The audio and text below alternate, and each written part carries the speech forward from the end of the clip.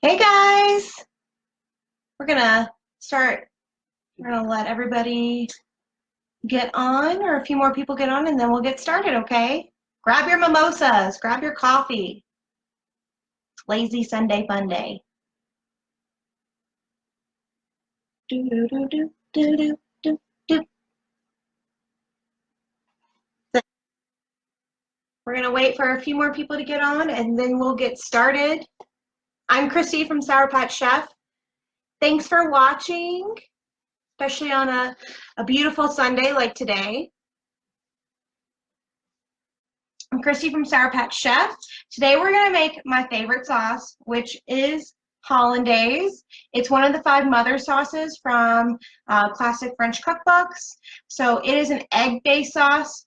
I'm picky about eggs, but even if you don't like eggs, you might like this sauce because it's buttery. It's like basically a butter sauce. Just forget there's even eggs in there. So funny story about Hollandaise. I never knew how much how strongly I felt about it and how much I loved it until I had a friend that was in town. She was visiting me, and she was visiting me and another friend, and we were in the car. We were about to go to the gas station, and we were talking about our favorite brunch items. And while we were talking about our favorite brunch items, she goes, "Oh, the worst is hollandaise. Hollandaise is the snot of breakfast foods." And I got so offended, I just had to walk away for a few minutes. So I got out, pumped gas, and our other friend was like, "She loves hollandaise." And that was the moment I was like, all right, hollandaise is a serious business for me. It's a challenge. So because it's an egg sauce, it's really easy to break. It's hard to hold warm. So we're going to go over a few tips. It's great over poached eggs, but it's also great with things like asparagus, steak, fish, chicken. I mean, it's really good on everything. And there's a bunch of ways that you can mix and match it up. Like if I'm doing a Southern crab cake, I'll do a Southern hollandaise. So with andouille sausage, I'll also throw some bell peppers in there, some onions, things like that.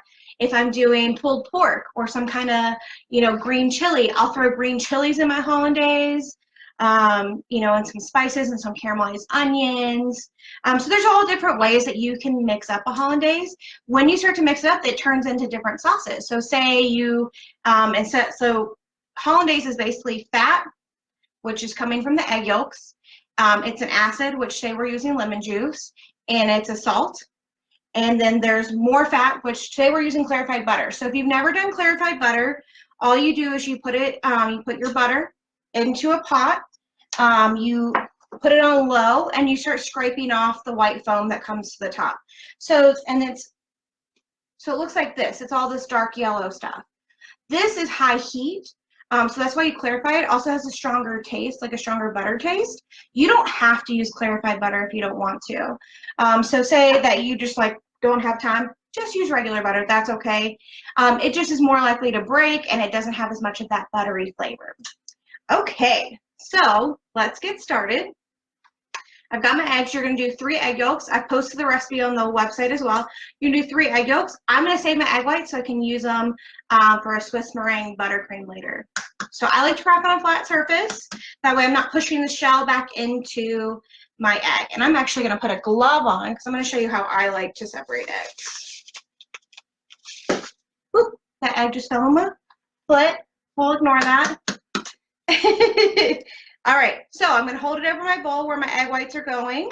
So you can back it up. Take the shell off. I pour, ooh, and I just broke it. Don't do that. That's okay, it's salvageable.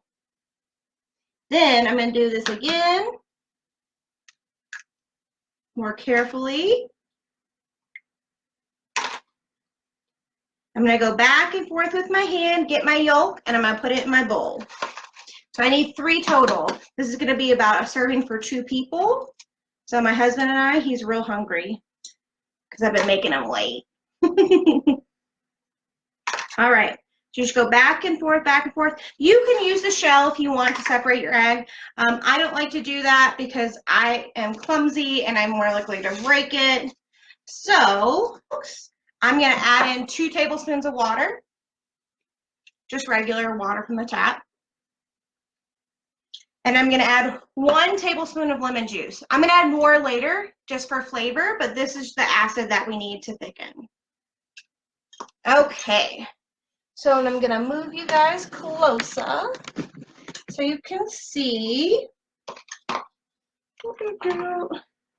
So I have a glass bowl. You can use a metal bowl. You just don't want it to be aluminum. Aluminum tends to react with the acid and the proteins, so it'll taste metallic-y, and it can also take off the finish of an aluminum bowl. I also have a little tiny sauce pot. There's about 1 inch of water in there, and I've got it. My stove's on a 5, so that's about halfway. It's about a medium. You don't want a rolling boil, because if you put a rolling boil on this glass bowl where it's touching, it's going to curdle your eggs. So this is when you get your workout on. So you're going to start whisking. Hold your pan's handle for stability, and you're just going to start whisking. And then now I can turn the heat up now that I've got control over it. I'm going to turn the heat up to about a medium high, which is about an 8 on my stove, 7.5. All right. Whisk, whisk, whisk, whisk, whisk, whisk. So this is the part where you get your kids involved, or you switch arms. If you're good at, I'm not good at whisking with my other arm, but if it helps. And you don't want to do wide whisking, because that'll get it all up on the sides, so then it's more likely to cook on the sides. What I'm looking for here, this is the hardest part, is like knowing when it's ready to go. Hi, Elaine. I adore you too. So this is the part where you just have to be patient. You've got to like really pay attention. I know it's tempting to like walk away and come back. Don't do that, because you'll scramble your eggs. I do it like a lot.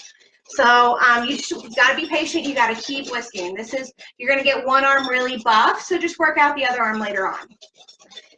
And so I'm just whisking. What I'm looking for, it's going to start to thicken up. We're basically cooking that water that we put in. That's helping us break down the proteins. There's a protein in there called lecithin. We're breaking that down so that way we can fill it back up with butter. Okay, so we're gonna thicken this sauce up with some clarified butter after we're done breaking down these proteins. Or if you've been in a class, you'll know I'm not that competitive, except when it comes to hollandaise. Like, I refuse to let a hollandaise die. I will fix it no matter what, even if it takes me the whole hour. It's not going to take me the whole hour. So you see, it's just nice and foamy. It's not thickened up yet. We're going to keep going. This is what you got to have your patience.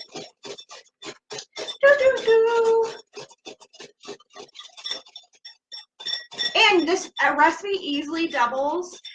You have a lot of control with this recipe, so like I say, you can mix and match it up. So say for fat, like if you do want to do all butter, you could also do some, if you cook off your andouille sausage and mince it up, you could use the fat that renders out from that. You could use bacon fat. You can use a little bit of everything, and that gives it that nice flavor. We're just gonna keep whisking. All right, it's starting to get thicker. We're going. Any questions so far? Okay. This is why, this is a labor of love, guys. This is not something you do when you're having 17 people over. This, all right. Boop, boop, boop. Yeah, it's starting to get thick. Feeling pretty good. Here, I'm going to show you just so you have a better idea. And you want to make sure that there's always water in your pan. So if it boils out, you got to add more water. You're going to catch it on fire. Don't do that. Fires are bad. Yeah, it's getting nice and thick, so I can tell it's starting to cook off that protein. It's starting to look like sauce consistency. So sauce consistency is when you can put a spoon in and it coats the back of a spoon. It's called nappe. All right, whisk, whisk, whisk. See, my arms getting tired. I could switch. Or you just, you know, ask your hubby to come whisk. He's good. Susan asked if you can reheat it if you have leftovers. Yes, you can reheat it. You have to do it, like you can't just throw it in the microwave though. I'd recommend a double boiler. So putting it in a glass bowl and heating it up over a double boiler and whisking it. You can also add a teaspoon of hot water to it, and then start heating it, and that'll keep it from breaking? That's a great question. You see, it's gotten so thick because the eggs have been broken down. I'm gonna let it go a little. It's called getting drier, so I'm just cooking some more of the water out. The scramble, starting to look really dry. I'm gonna start adding my butter in. So I'm just gonna turn the heat off on this. Be careful, you might have to use oven mitts, especially if you have a gas stove. I'm gonna put it right on my counter. And then I have my clarified butter. So this is when it helps. This is a, teamwork if you can. You're gonna do a splash at a time. So the eggs can only absorb so much butter at once. So you're gonna do a splash and you're gonna whisk. And every time the eggs, you can't see any strips of oil or butter, that's when you can add more. Oh yeah. Can you see it? I might put it on my black cutting board. Hold on, let me grab my black cutting board so you can see it better.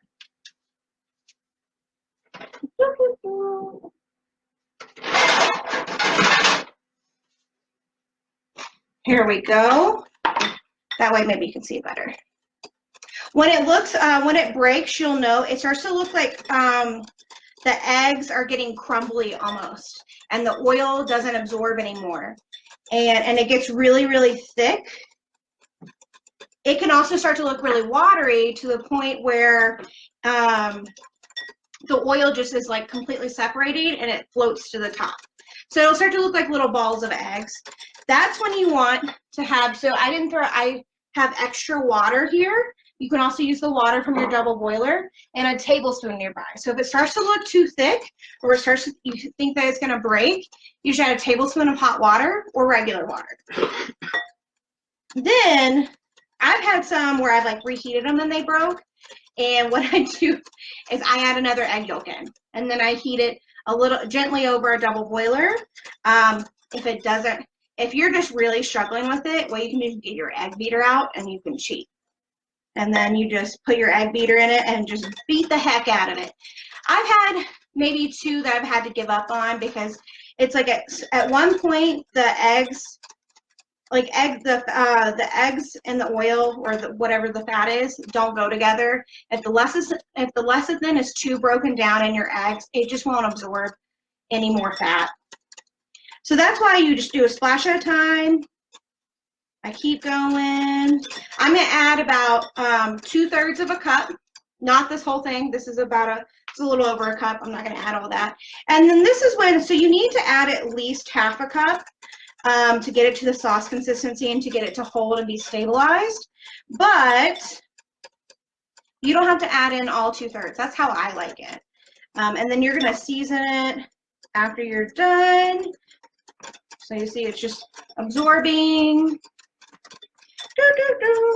And it's starting to get a little thick, so I'm gonna add a tablespoon of water. So I'll show you. See how it's starting to get thick, like it's too thick, like it wouldn't just drizzle onto an egg or anything. So I'm gonna add a tablespoon of water. I'll whisk that in. Get it nice and velvety smooth. You see, so now we're at sauce consistency again, and I can start adding my butter again. La, la, la. My favorite thing to do is to get to put some artichokes in an Instant Pot and get the artichokes all nice and steamed, and then while I'm doing the natural release, I'll start making my hollandaise, and then I have something to dip my artichoke leaves in. Look at this. Look how beautiful that is, and buttery. So what I'm going to do now is I'm going to add some seasonings. So I have a smoked serrano salt, so you can add regular salt. I prefer fresh ground black pepper for this. And then a lot of people are like, oh, you just add hot sauce to everything because you're from Louisiana. That's not true. So cayenne is actually, it helps to balance out flavors. Fatty, like, you're like, you taste it and you're like, it's super buttery. Like, I can't even taste sauce. Like, I just taste butter. You're going to add a splash. Even if you don't like spice, it's not adding spice, you're adding vinegar. So I'm just adding a splash. For me, I would add more because I like the spiciness or the tanginess of it, but it really just helps balance out that buttery flavor. So I'm going to show you on a spoon No flour involved. It's definitely gluten-free. Great question. Good gluten-free sauce. So, see how it dripped? It's coating the back of my spoon, but it's still dripping off. That's the perfect consistency for me because then I can still pour it. So, I get to taste. Delicious. I'm gonna add a little bit more salt. And you can add more lemon juice if you want, and keep going on butter. All right. All right. So I'm pretty happy with this. You saw the consistency. You see how thick it is. The eggs absorb the butter. You also want to use a high quality butter. I don't like to use salted butter because I like to be in control of how much salt I put in. And I'll show you here. It might be easier to see on this dark plate. So I had some sourdough bread, some ham. I have a poached egg on there. I'm going to put some red onion, arugula, and parsley. So, can you see? Let's see. Robert's here. All right. So I'm just going to pour my hollandaise on. Okay. Got my hollandaise on. I'm going to put some red onion because I like that bite. I'm going to put some arugula, some parsley, because pretty food tastes better, and then asparagus. And the reason I put asparagus is because all the leftover hollandaise, you can clean the bowl with it. So I just roasted this asparagus with olive oil, salt, and pepper, and a little chipotle pepper. So I like to dip it in the,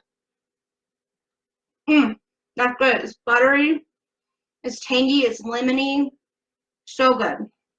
So I hope that you will go ahead and try hollandaise. Push yourself out of your comfort zone. You got this. If you ever have questions, you're welcome to email me, contact me. Thank you so much for watching today. I'm Christy from Sour Patch Chef. You can find the recipes on www.sourpatchchef.com. I will also be posting a recipe for clarified butter in case you're not familiar with that and you want to try it out. It's also, if you use grass-fed butter, that's what ghee is, that you find a lot in Indian dishes. Let's see, but it's fun to play around, and you can, you know, impress your friends, your closest friends, and your family, and be like, look at this beautiful dish I made. See? All right. Well, thank you so much. I hope to see you again soon. Tomorrow night at 6 p.m. Mountain Time, we will be making butter chicken. So if you love to order butter chicken, you can make it at home. It's super easy. It's a 30-minute meal. So I hope to see you then. Oh, thank you, Jill. Yeah, hope to see you then. And I'm going to go eat this before Robert tries to steal it. Okay, bye, guys. Have a great Sunday. Wash those hands. Do, do, do.